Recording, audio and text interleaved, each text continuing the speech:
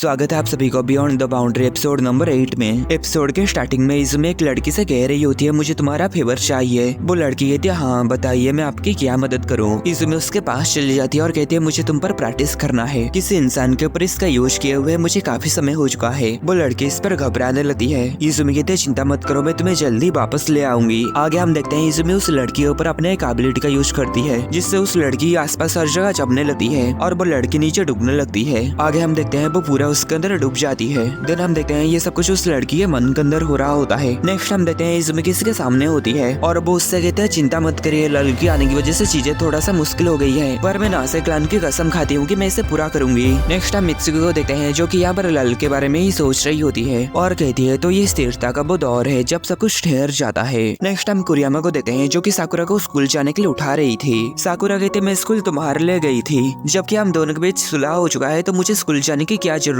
पर कुरियामा उसकी कोई भी बात को नहीं सुनती और कहती तुम्हें स्कूल जाना ही होगा जल्दी से तैयार हो जाओ। साकुरा उससे कहती है पहले तुम खुद की पैरों को तो देखो तुम खुद ही अच्छे से तैयार नहीं हुई हो। कुरियामा एक पैर में व्हाइट सॉक्स पहनी हुई थी और एक पैर में ब्लैक सॉक्स पहनी हुई थी। ये देखकर वो काफी शर्मिंदा हो जाती है और आगे साकुरा फिर से सो जाती है। नेक्स्ट अगले सीन में कुरियामा साकुरा के बारे में आकेतो से शिकायत कर रही होती है कि साकुरा को सुबह उठाना बहुत ज्यादा मुश्किल है। इस पर साकुरा उसके बाल खींचने लगती है। आगे वो दोनों नोटिस करते हैं कि आकेतो यहाँ पर बैठे बैठे ही सो गया है। कुरियामा जब आकेतो के पास जाती है तो साकुरा उसे आकेतो की ओर धक्का दे देती है जिससे कुरियामा सीधा जाकर आकेतो से टकरा जाती है। इस पर आकेतो जाग जाता है। कुरियामा उससे कहती है क्या तुम ठीक हो। आकेतो कहता है हाँ। देन कुरियामा साकुरा के ऊपर गुस्सा करने लगते है कि तुमने ऐसा क्यों किए। साकुरा कहते ये तो बस एक एक्सीडेंट था। कुरियामा कहते बहाने मत बनाओ तुमने ये जानबूझकर किए। आगे वो दोनों देखते हैं आकेतो फिर से सो गया था। कुरियामा इस पर आकेतो से कहते तुम्हें क्या हुआ क्या तुम रात भर जाग के कुछ काम कर रहे थे। आकेतो इस पर कहता है मैं 7 घंटे लगा के ये सोचा कि क्या तुम फ्रेम वाले चश्मे में अच्छा दिखोगे या फिर बिना फ्रेम वाले। कुरियामा कहते हैं क्या तुम इस बेकार काम के लिए अपने 7 घंटे बर्बाद कर दिए। तभी साकुरा उस चश्मे को लेकर पहन लेती है और आकेतो साकुरा को उस चश्मे में देखकर काफी ज्यादा खुश हो जाता है। नेक्स्ट हम देखते हैं नीनो यहाँ पर अपनी क्लास में पढ़ा रही होती है और साकुरा यहाँ पर सोई हुई होती है और कुरियामा उसे जगाने की कोशिश कर रही होती है। तभी नीनो ये देखकर साकुरा के ऊपर अपनी पावर का यूज करती है जिससे साकुरा जाग जाती है। आगे नीनो सभी से कहती है मेरा कुछ पर्सनल काम है तो मैं 1 वीक तक स्कूल नहीं आ पाऊंगी। तभी इस पर एक लड़का कहता है कि आप शादी करने जा रहे हैं। इस पर नीनो उसके ऊपर गुस्सा हो जाती है और कुरियामा ये सोच रही होती है कि नीनो 1 वीक के लिए छुट्टी पर क्यों जाने वाली है। तभी साकुरा इस पर कहती है अफवाह चल रही है कि एक लल आ रहा है। नेक्स्ट आकेतो की मॉम यहाँ पर सभी से कह रही होती है एक लल आने वाला है और आगे वो आकेतो के ऊपर गुस्सा करने लगती है कि तुम हेलो शैडो के पास क्यों गए थे। आकेतो की मॉम को इस तरीके से देखकर यहाँ पर सभी उनके बारे में अजीब अजीब से बातें करने लगते हैं। आकेतो इस पर वीडियो को बंद कर देता है और कहता है बहुत हो गया और आगे वो कुरियामा से कहता है आखिर तुम इस तरीके की कॉस्ट्यूम क्यों पहनी हुई हो। कुरियामा इस पर कहती है मुझे फोटोशूट के लिए इस कॉस्ट्यूम को पहनने के लिए मजबूर किया गया है। आगे आकेतो कुरियामा की फोटो खींचने लगता है। तभी अयाका उसकी फोन ले लेती है और फोटो खींचने के लिए पैसा मांगने लगती है। नेक्स्ट वो सभी आकेतो की मॉम की आगे की वीडियो देखने लगते हैं। आकेतो की मॉम आकेतो से कहते हैं एक लल आ रहा है इसलिए तुम मुझे प्रॉमिस करो कि तुम केयरफुल रहोगे। नेक्स्ट सेन सभी को समझा रही होती है लल यानी ये शांति का वो दौर है जब सारे ड्रीम सेट्स कमजोर हो जाते हैं इसलिए सारे स्पिरिट हंटर्स काफी ज्यादा खुश है क्योंकि वो अब जी भर के स्पिरिट्स को मार सकते हैं। तभी आकेतो कहता है लेकिन मुझे इससे केयरफुल क्यों रहना है। तभी अयाका उससे कहते हैं क्योंकि तुम एक हाफ सेड हो। अगर लल की वजह से ड्रीम सेट कमजोर हो जाता है तो हो सकता है कि इसका तुम्हारे ऊपर भी कुछ इफेक्ट पड़ सकता है। हाफ सेट्स इतने ज्यादा रेयर है कि मैं इसके बारे में श्योर नहीं हूँ लेकिन हो सकता है कि आकेतो इससे अपनी इमोर्टैलिटी खो दे।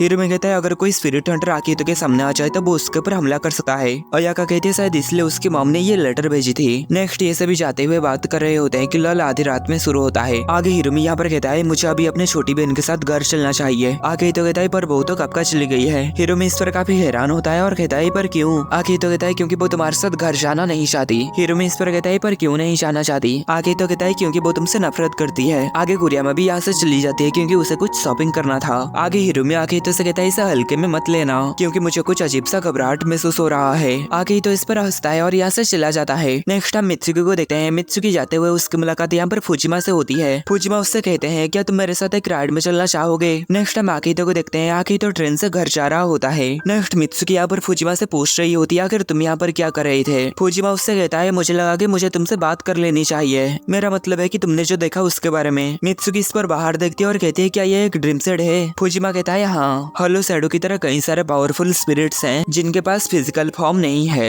कहा जाता है कि ये स्पिरिट इंसानों के सालों से इकट्ठा रिसेंटमेंट से पैदा हुआ है और ये जाहिर है अगर इसे अकेला छोड़ दिया जाए तो ये दुनिया को बर्बाद कर देगा। ये स्पिरिट बीमारी वॉर और नेचुरल डिजास्टर का कारण माना जाता है। इसे नॉर्मली बियॉन्ड द बाउंड्री भी कहा जाता है। मित्सुकी ये बात सुनकर उसे तब की बात याद आ जाती है जब इजुमी मैंने उससे सेम यही चीज कही थी। आगे फुजिमा कहता है लेकिन शुक्र है कि अभी तक सिर्फ इसका एक ही हिस्सा बाहर आया है और उसका यह हिस्सा इतना भी खतरनाक नहीं है। मित्सुकी इस पर उससे कहती है आखिर तुम मुझे ये सब क्यों बता रहे हो। फुजिमा कहता है स्पिरिट हंटर एसोसिएशन की नजर इस पर काफी समय से थी। हमारा मानना यह है कि नासे फैमिली के पास वो जानकारी है जो हमें चाहिए, पर तुम लोग हमें वो बताना नहीं चाहते। तो मैंने सोचा कि मैं ये जानकारी तुमसे पाने का ट्राई करूं, पर हालांकि ऐसा लगता है कि उन्होंने तुम्हें कुछ भी नहीं बताए हैं। तभी मित्सुकी स्वीट पोटैटो को बुलाती है और स्वीट पोटैटो गाड़ी के हैंडल को काट देता है। फुजिमा जैसे तैसे करके गाड़ी को संभालता है और आगे कहता है लगता है तुम्हें सब कुछ पता है। मित्सुकी उससे पूछती है बियॉन्ड द बाउंड्री वाले तुम स्पिरिट का क्या करने वाले हो और क्या तुम कह रहे हो कि हम नासे फैमिली सीक्रेटली किसी चीज का तैयारी कर रहे हैं। फुजिमा कहता है तुम्हारी फैमिली हमें ये जानकारी नहीं देना चाहती, तुम्हारी बहन बहुत ही ज्यादा भयानक है। और आगे फुजिमा कहता है कुरियामा मिराई के बारे में कुछ इंटरेस्टिंग जानकारी मेरे हाथ लगी। कुरियामा के बारे में सुनकर मित्सुकी काफी हैरान होती है। फुजिमा आगे कहता है मुझे जांच करते हुए पता चला कि इनामी फैमिली अपनी बेटी यूई के मौत से काफी गुस्सा थे, इसलिए वो कुरियामा को मारना चाहते थे, लेकिन तुम्हारी बड़ी बहन इजुमी ने कुरियामा को मारने से उन्हें रोकी। हम यहाँ पर देखते हैं इजुमी उसी ट्रेन में ही होती है जिसमें आकिहितो जा रहा था। देन यहाँ पर मित्सुकी पूछती है क्या इसका बियॉन्ड द बाउंड्री स्पिरिट के साथ कुछ रिलेशन है। फुजिमा कहता है पता नहीं, पर अगर ऐसा होगा तो ये बहुत ही ज्यादा इंटरेस्टिंग होगा। देन वो मित्सुकी के काफी करीब आकर कहता है क्या तुम्हें ऐसा नहीं लगता।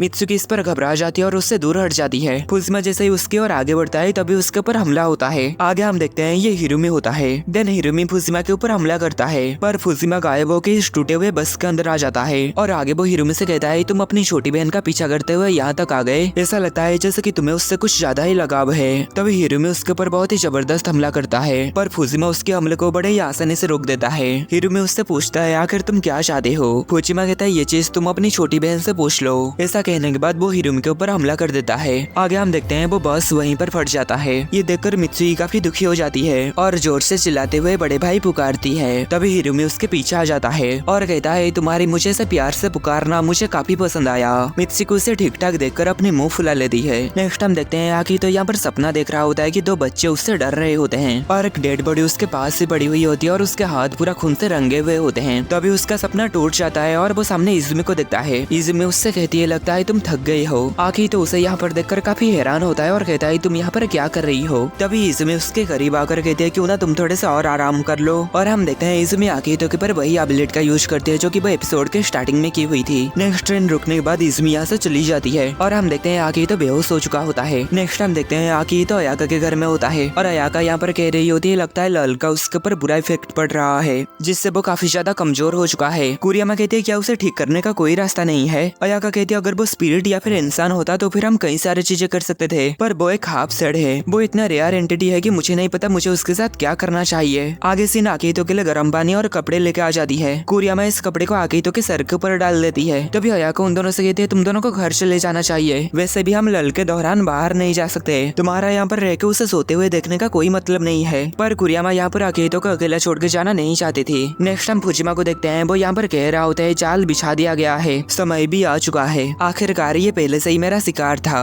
मैं नासे को हमारा थंडर चुराने नहीं दूंगा। नेक्स्ट हम चांद को देखते हैं जो कि पूरा लाल हो चुका था। आगे हम देखते हैं आधी रात हो चुकी है यानी लल का समय हो चुका है। देन हम इजुमी को देखते हैं जो कि स्पिरिट्स को मारने के लिए पूरा तैयार होती है। नेक्स्ट हम नीनो को देखते हैं जो कि बहुत सारे स्पिरिट्स को बड़े ही आसानी से मार रही होती है। आगे हम देखते हैं एक बहुत ही बड़ा सा स्पिरिट नीनो के पीछे आ जाता है। तभी और एक हंटर आके उस स्पिरिट को मार देता है। नीनो इस पर गुस्सा हो जाती है और कहती है वो वाला मेरा था। तभी यहाँ पर और एक स्पिरिट आके नीनो को पकड़ लेती है। तभी यहाँ पर इजुमी आके उस स्पिरिट को मार देती है और नीनो से कहती है चाहो तो तुम इस स्टोन को रख सकती हो। आगे इजुमी आगे बढ़ते हुए अपनी हथियार को घुमाते जाती है और सभी स्पिरिट्स को मारते जाती है। देन वो छलांग मारते हुए आसमान में चली जाती है और सभी स्पिरिट्स को एक ही झटके में मार देती है। ये देखकर बाकी सभी हंटर्स काफी ज्यादा हैरान होते हैं। नेक्स्ट हिरुमी यहाँ पर मित्सुकी को कह रहा होता है हमारी नासे फैमिली इस एरिया में सबसे ज्यादा ताकतवर है, शायद इसलिए हमारे दुश्मन हमारे फैमिली के बीच में ही झगड़ा करवाना चाहते हैं। मित्सुकी इस पर कहते तो क्या फुजिमा ने जो कहा वो सब झूठ है। हिरुमी इस पर कहता है नहीं, मैं ये पूरी तरीके से नहीं कह सकता कि वो झूठ कह रहा था, पर बड़ी बहन इजुमी ने भी मुझसे एक बार स्पिरिट हंटर एसोसिएशन से सावधान रहने के लिए कही थी, शायद उनकी हमारी फैमिली के साथ कोई दुश्मनी होगी। आगे हमें पता चलता है हिरुमी को भी बियॉन्ड द बाउंड्री के बारे में थोड़ा बहुत पता था। आगे मित्सुकी कहते मैं बड़ी बहन इजुमी से मिलने जा रही हूँ। हिरुमी कहता है कोई फायदा नहीं, वो इसके बारे में ना जानने का बहाना बनाएगी।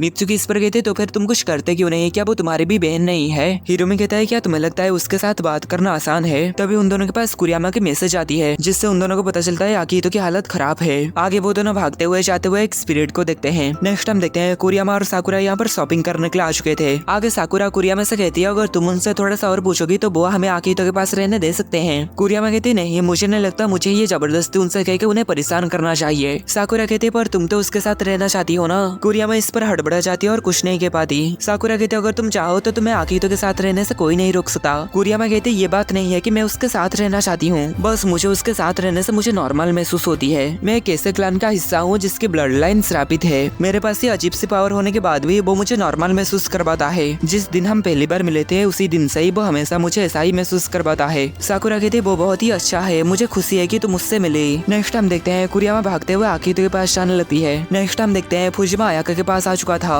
अयाका यहाँ पर सेंसे कहती है घर के अंदर जाओ। आगे वो फुजिमा से कहती है आखिर स्पिरिट हंटर एसोसिएशन का एक मेंबर यहाँ पर क्या कर रहा है। फुजिमा कहता है मुझे नहीं पता था तुम जैसी यहाँ पर कोई होगी, तुम सच में स्पिरिट हंटर के बराबर हो। अयाका कहती है मुझे उम्मीद है कि तुम हमें यहाँ पर मारने के लिए नहीं आए हो। फुजिमा कहता है बिल्कुल नहीं, मैं यहाँ पर सिर्फ हालात के जायजा लेने के लिए आया था, लेकिन हाल ही की घटनाओं ने मुझे यहाँ पर आने के लिए मजबूर कर दिया।